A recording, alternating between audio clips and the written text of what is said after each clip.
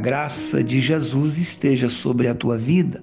Vamos para o resumo do capítulo 4 do livro de Números. Neste capítulo, vamos encontrar a respeito das responsabilidades dos coatitas, dos gersonitas, dos meraritas e toda a ordenança do Senhor sobre o transporte do tabernáculo e de todos os seus utensílios. Para começar, o versículo 3 diz que da idade de 30 anos para cima até os 50, será todo aquele que deve entrar neste serviço para exercer algum encargo na tenda da congregação. E o porquê que a Bíblia vai falar a respeito desta idade de 30 anos. Por que Deus pede isso? As pessoas que iriam carregar os utensílios deveriam ter de 30 a 50 anos, porque esta idade de 30 anos, é a idade da força física, ideal para a obra dos coatitas, que era a de carregar e montar o tabernáculo. É também, segundo a tradição, a idade da maturidade.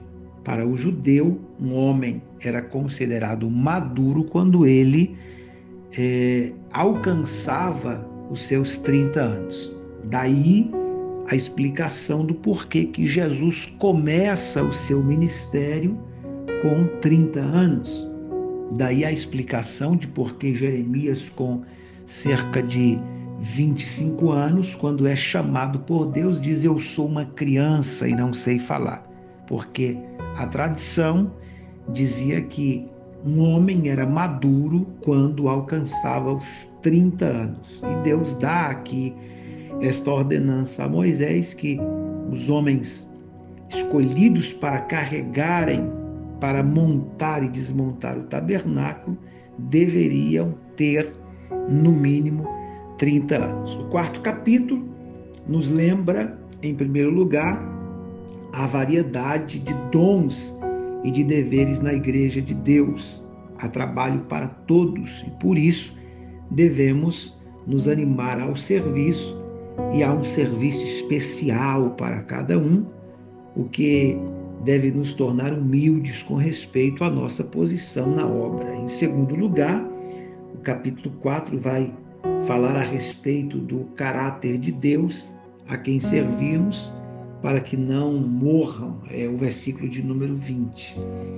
Ainda no versículo 3, e nós já falamos sobre a idade, está no versículo 3, que era uma idade de maturidade e também de força. A nota homilética, lá do versículo 16, que diz: Eleazar, filho de Arão, o sacerdote, terá o seu cargo o azeite da luminária, o incenso aromático, a contínua oferta dos manjares e o óleo da unção. Sim, terá a seu cargo todo o tabernáculo e tudo que nele há, o santuário e os móveis. O 16º versículo pode ser comparado com o ofício do ministro.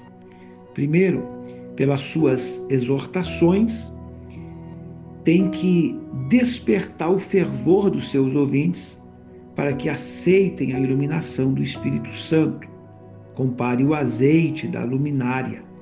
É um ofício do ministro despertar um volume de oração incessante na igreja, como um incenso aromático. A oração tem esta figura do incenso, do perfume que sobe a Deus.